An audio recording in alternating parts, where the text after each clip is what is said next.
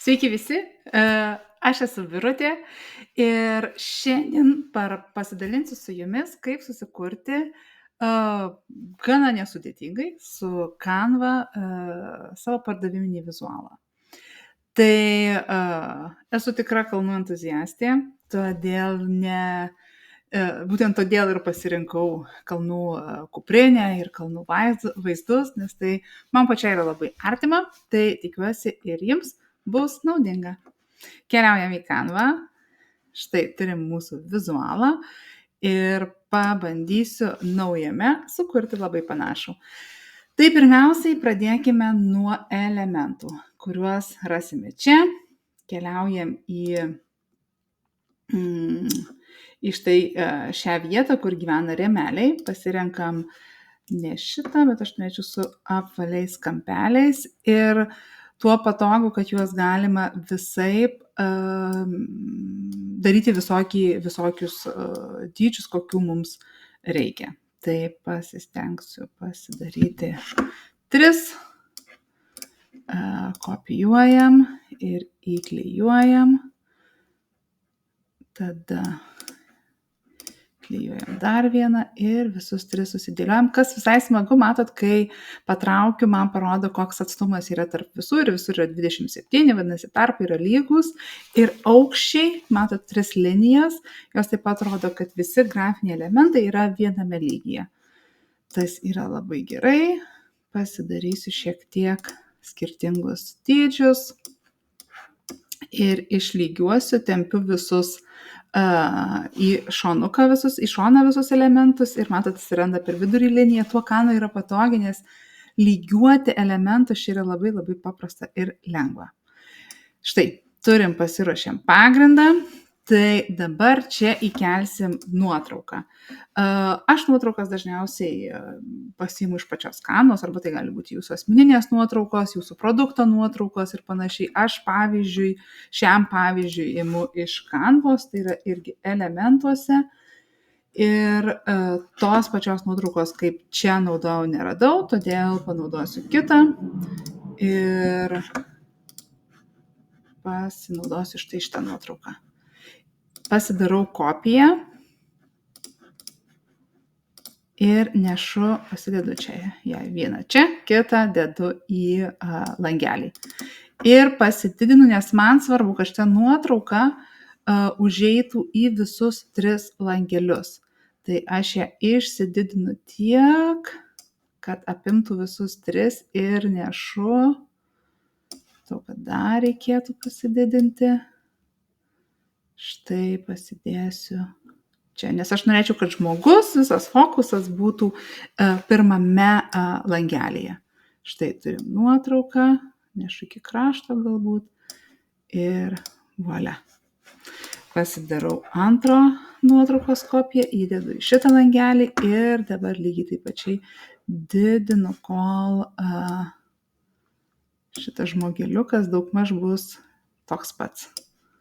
Dar matau, kad reikia šiek tiek ir sulygiuojam viską. Dar trūksta. Va, puiku. Ir paskutinė nuotrauka.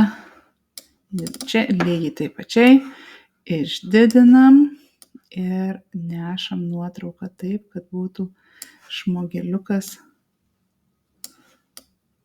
daugmaž vienodas, kad nesidubliuotų rankos, kojos. Aišku, čia visada yra šiek tiek reikia palyginti, bet ir štai. Ką galima su nuotraukomis padaryti, jas galima taip pat redaguoti ir aš noriu suteikti šiek tiek rausvą atspalvį. Tai įsirenku savo patogų ir savo tinkantį filtrą. Šiuo atveju aš pasimsiu galbūt, galvoju, kuris čia būtų, kad būtų labiau rausvas. Gal šitas, bet čia man dar trūksta rausvumo. Čia per daug. Arba ir toksai variantas galėtų būti.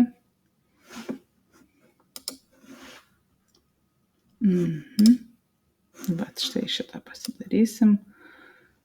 šiek tiek nuimsim ir visas 3 pasidarau daugmaž panašaus atspalvio. Ir štai turime nuotrauką. Tada keliaujam prie paties produkto ir užrašo. Įsikeliam savo produkto nuotrauką, ar aš šiuo atveju šiam pavyzdžiui taip pat naudosiu iš Canva bibliotekos. Tai keliauju į nuotraukas ir pasižiūriu. Taip, čia yra nuotraukos. Galima ir rašyti kuprinė. Ir štai jums pateiks visas kuprinės, kaip ir esu ne kartą minėjusi, galima rašyti raktinius žodžius Canvoje ir lietuviškai.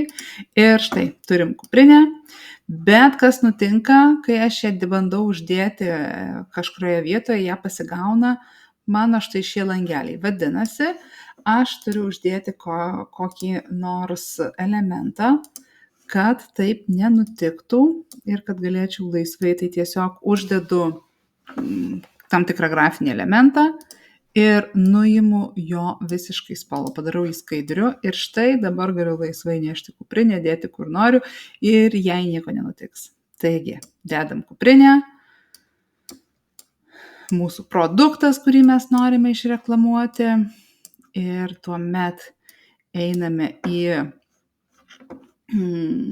formas ir pasirenkam mums tinkamą formą, galbūt pasiimsiu štai tokią žvaigždutę ir čia įrašysiu nuolaidos kodą ar panašiai. Aš norėčiau, kad spalva būtų ne visai žalia, būtų pilka, tai keliauju į spalvas, spaudžiu ant pliuso ir pasiimu pipetę ir su pipetė keliauju, kur man kokia spalva patiktų, ant pilkos ir štai pasidarau šitą žvaigždutę pilką ir čia dedame tuomet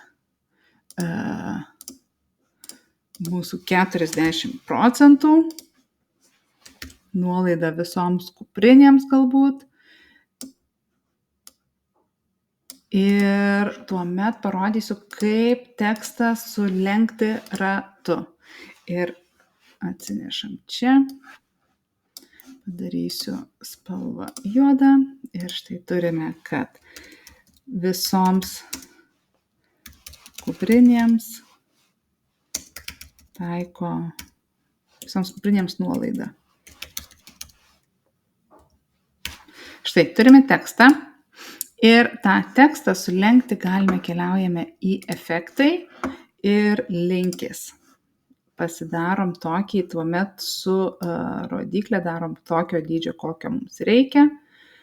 Pabandysiu štai taip ir nešuosi visai neblogai. Pakeisiu teksto spalvą į baltą, kad geriau atsispindėtų ir tuomet nusikopijuoju šitą tekstą. Ir bandau jį apversti 180 laipsnių kampu ir padedu štai čia, bet kas nutinka, jie užlipa vienas ant kito, vadinasi, nėra labai gerai. Reikia pabandyti sumažinti galbūt teksto dydį. Ir čia padarom tą patį. 16, čia galime irgi 17 ir efektuose šiek tiek galbūt linkį išplėsti iki 55 ir lygiai tą patį padarysiu štai čia. Ir tuomet galiu padaryti, kad tarp raidžių būtų didesni tarpai ir būtų lengviau skaitoma. Tai keliaujam į tarpai čia viršuje ir šiek tiek praplėsiu ir tą patį padarysiu su apatiniu. Šiek tiek praplėsime ir štai turime ir viską sugrupuojam, visus pažymim, spaudžiam grupuoti, dabar tai tampa vienu elementu ir aš jį galiu savo visur nešiotis ir pakreipsiu šiek tiek taip. Ir prašau, tada dėsime pačioje liniją ir mygtuką, kad įsigyti galima puslapyje pirkti.lt ar kokia bebūtų jūsų svetainė. Tai pirmiausiai uždėsime liniją ir linija čia apačioje. Ja šiek tiek padarysime storesnę, galbūt 5 ir pakeisim spalvą. Daisim raudoną ir tuomet uždėsime mygtuką. Tai mygtukas užsidės su šiuo elementu. Pasidarome štai tokį, pasikeičiam spalvą ir štai turime sulygiuotą ir čia įdedame tekstą. Jūsų svetainėje gali būti pirkti.lt. Atsinešam jį čia, pakeičiam teksto spalvą į baltą. Pirmiausia, reikia pasižymėti tekstą ir tada pasirenkam šriftą. Ir šiek tiek per didelis, todėl aš jį pamažinsiu.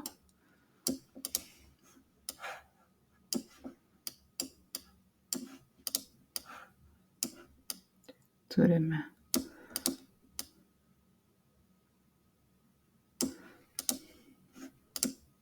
pačioje aš dar turiu, gali būti tekstas, kažkokios sąlygos ir panašiai. Nešam šiek tiek į viršų. Štai. Ir tuomet pagrindą ir viršuje tekstą. Tai pagrindą aš norėčiau dėti kažkokį kalnų motyvą. Tai einu į elementus, keliauju į nuotraukas ir susiieškau tinkamą nuotrauką tam tikrą, pasižiūriu, taip, background duoda man įvairių, galbūt galėtų būti kažkas tai tokio, arba gali būti kažkas tokio, sakykim. Ir tuomet spaudžiu dešinį klavišą nustatyti kaip vaizdo foną ir tuomet aš noriu šiek tiek sušvelninti, tai yra nuimti skaidrumą ir štai turime. Ir pasiimam tekstą.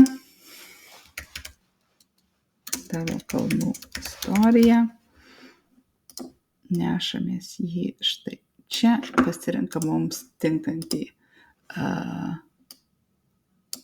šriftą. Norėčiau, kad būtų didžiosios raidės, todėl pasirenku didžiosios raidės ir štai turiu savo prekybinį reklaminį vizualą. Tai tikiuosi, kad buvo naudinga ir labai nekantrausiu sulaukti grįžtamojo ryšio. Būtinai paspauskite subscribe, pasidalinkite savo grįžtamojo ryšiu ir lauksiu jūsų idėjų, ką norėtumėt, kad sukurčiau ir parodyčiau, kaip tą padaryti su Canva. Iki!